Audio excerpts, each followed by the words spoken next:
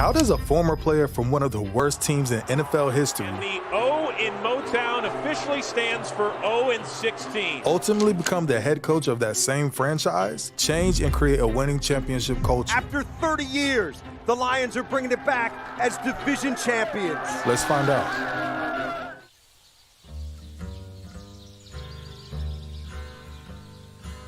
Born April 13, 1976 in Clifton, Texas, Dan Campbell was the youngest of his family of 4. Growing up on a ranch, he would learn to herd cattle, fish, and hunt, but soon his attention would shift to team sports. At the age of 13, Dan told his father he planned to play college football, so rather than enroll at the nearby high school, which only played 6-man football because of the size of the school, the Campbells sent him to Glen Rose. I mean, whatever he played, it was intense, passionate. You knew he was going to be a leader, had that personality. He would quickly become a star in basketball, track, and ultimately football, where he played as a tailback and tight end. Such a joy to coach. Quite frankly, for me, I'd never coached anybody like that in my life. Becoming a standout player, Dan would accept a scholarship to Texas A&M University, where he would continue to play tight end for 4 years, shining in his last 2. That one drive that we had, where we took it down, we were behind and we had to go down and score. That did wonders for this team, for this offense. Dan would eventually be drafted by the New York Giants in the 3rd round of the 1999 NFL Draft and played in the team's Super Bowl 35 loss to the Baltimore Ravens. He then spent the 03-05 seasons with the Dallas Cowboys, where he quickly became a team leader. And although Jason Witten emerged as the main tight end, Campbell still served as a mentor and remained a key blocker on the offensive line. Play fake, throwing end zone, touchdown. You're playing the Dallas Cowboys. They love the play-action pass. He would ultimately have his greatest personal success and worst year ever from a team standpoint in Detroit. Dan was known primarily for his toughness and blocking ability as a player, had career highs of 308 yards receiving and 4 touchdowns in his 4 seasons in Detroit. However, injuries would catch up with him as he would play several games with the torn triceps and spent much of the 07-08 season on injured reserve. The Lions would become the first team in NFL history to go a winless 0-16 in 2008. No competitor wants to go through something like this. It's not fun to go through, but there's people going through a lot worse than this. The biggest thing in this is how you conduct yourself afterwards. We accept responsibility for everything that went down. We have nobody to point a finger at other than ourselves. We just have to, we didn't do our job correctly. And so there's a lot to learn from that. And when you're in adversity, you accept the adversity, try to fight through it and try to get better. And for Dan, he would only have 1 catch for 21 yards in his only game. The Lions would ultimately release Dan in 2009, so he would sign as a free agent with the New Orleans Saints. Unfortunately, he was placed on injury reserve again with an MCL injury he suffered in training camp and spent the entire season on IR. The Saints would go on to win Super Bowl 44. However, since Dan was on IR the entire season, he would not be granted a Super Bowl ring by the team. With his playing career pretty much over, he would switch his career to coaching and began as a coaching intern for the Miami Dolphins. He would quickly be promoted to tight ends coach for the Dolphins and serve that role for 4 years. Hey, listen to me. When your teammate catches a ball, when Lamar breaks that, go block for him. The ones that can bounce back are the ones that can play and play solid in this league. That's what you got to do. Put it behind you. In 2015, he was named the interim head coach of the Dolphins after Joe Philbin was fired and led the Dolphins to a 5-7 record in the remaining 12 games. To watch the way you guys played and practiced all week, it's inspiring, okay? It makes somebody like me want to bleed. Soon after, he would join the New Orleans Saints as the assistant head coach and tight ends coach under Sean Payton.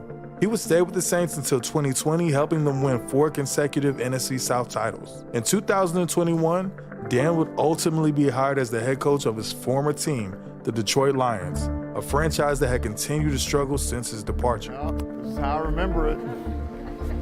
Golly, this is great.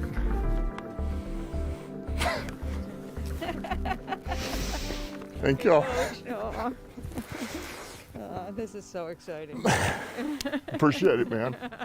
I do. I'm gonna make y'all proud. The Lions had not won a playoff game since 1991 and had not won a division title since 1993. Campbell would inherit a team from the previous coach, Matt Patricia, that had gone 5-11 the previous year. Do me a favor, just kind of sit up and just like have a little respect for the process. Every day you come in and ask me questions and you just kind of like, you know, give me this. But I mean, like, just be a little respectful. I'm asking just to be a little respectful in this whole process, okay?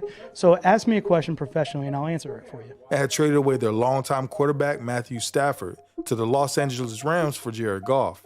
At the time, an average quarterback at best, who was considered a product of the system he had just left and a bridge quarterback for Detroit. Is this a good or bad trade for the Rams? It's a bad trade for the Rams. Let me be very clear. Stafford makes them better right now. He's better than Goff. I'm talking about if I were a GM, would I make this trade? Dan would be faced with the daunting challenge of rebuilding the Lions and changing the culture of the organization. A culture that had grown accustomed to mediocrity. A franchise that, with all the great talent over the years, has never made a single Super Bowl appearance. But from day one, from his very first press conference, it was clear that under Dan's regime, these weren't going to be the same old line. This place has been kicked, it's been battered, it's been bruised, and I can sit up here and give you coach speak all day long. None of that matters, and you guys don't want to hear it anyway. You've had enough of that, so excuse my language.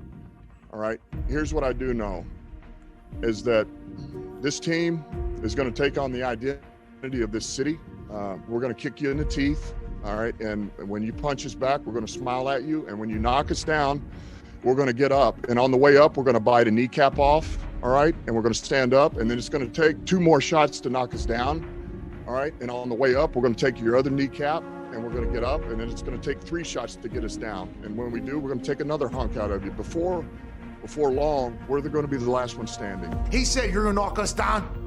We're going to get up, and on our way up, we're going to bite your kneecap off. This guy is going to be f***ing awesome. Campbell's impact on the Lions was evident from the start of the 2021 season. Even though the 3-13-1 record left a lot to be desired, for those who watch, you notice the Lions play with a competitive and never give up attitude that will grow to earn them respect and admiration from their fans and peers. When you see your players give all that they have and you lose that way, it's tough. You know, you don't want that for them. So, but we'll be better for it. The next season would start just as slow as the previous one. However, after a 1-6 start, Campbell and the Lions would have a midseason turnaround, winning 8 of their next 10 games to finish the season 9-8. And remained in playoff contention until the final day of the regular season. Schedule makers, the whole deal, Seattle, you guys didn't even bat an eye. You came out to earn your respect and you did that. You earned your respect today, man. I couldn't be more proud. These coaches couldn't be more proud. That's right. I mean, God, do you understand? When I say this is a special group, this is a special group. And by the way, this is just the beginning. Yes, sir. This is just the beginning, man. All right, because now the idea will be down the road, all roads go through Detroit. That's the way we got to think. They would ultimately be eliminated from playoff contention, but it was obvious that this team was special and the future was bright. It looks like they got the coach right. I think you can make the case, and he's like perfect for the state of Michigan. He's perfect. Dan and the Lions' success carried on to the 2023 season immediately from the opening night against the reigning Super Bowl champions, the Kansas City Chiefs. For Dan Campbell, year 3 in Detroit, 3 wins year 1, 9 wins in year 2, and the 3rd year begins tonight in the NFL kickoff. But number 2 for Fox. Oh, they fake it and go inside. They fake from their own 17-yard line and pick up the first down. Dan Campbell dice rolling from inside the 20 on drive 2 of the season. Goff takes 1 knee down, first down, and Goff is telling those fans, let me hear you. And listen to the cheers for the Lions in Arrowhead. An impressive road turnout by a fan base that has longed for a moment like this on a stage like this. Last night, that's the kind of game the Detroit Lions have lost my entire life.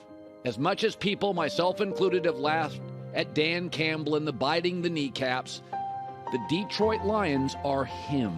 Campbell and the Lions raced out to an 8-2 start, their best since 1962. But ultimately, it came down to Week 16 against the Minnesota Vikings in order for a streak to be snapped. 58 seconds to go. Clock will start on the snap. Mullins takes the shotgun snap. He's back. Mullins looking. Pressure comes. Stepping up. Looking. Throwing deep downfield. It is picked up by the Lions. Intercepted. Coming back the other way. Ifeatu Melifonwu. This is going to be over. Lions are going to win it. Lions are bringing the NFC North title back to Detroit. The win gave the Lions their first division title in 30 years and also assured them of their first home playoff game since then. You're part of the organization, and it's been 30 years. 30 years! Championship. It's special, man. Well, man, enjoy, baby.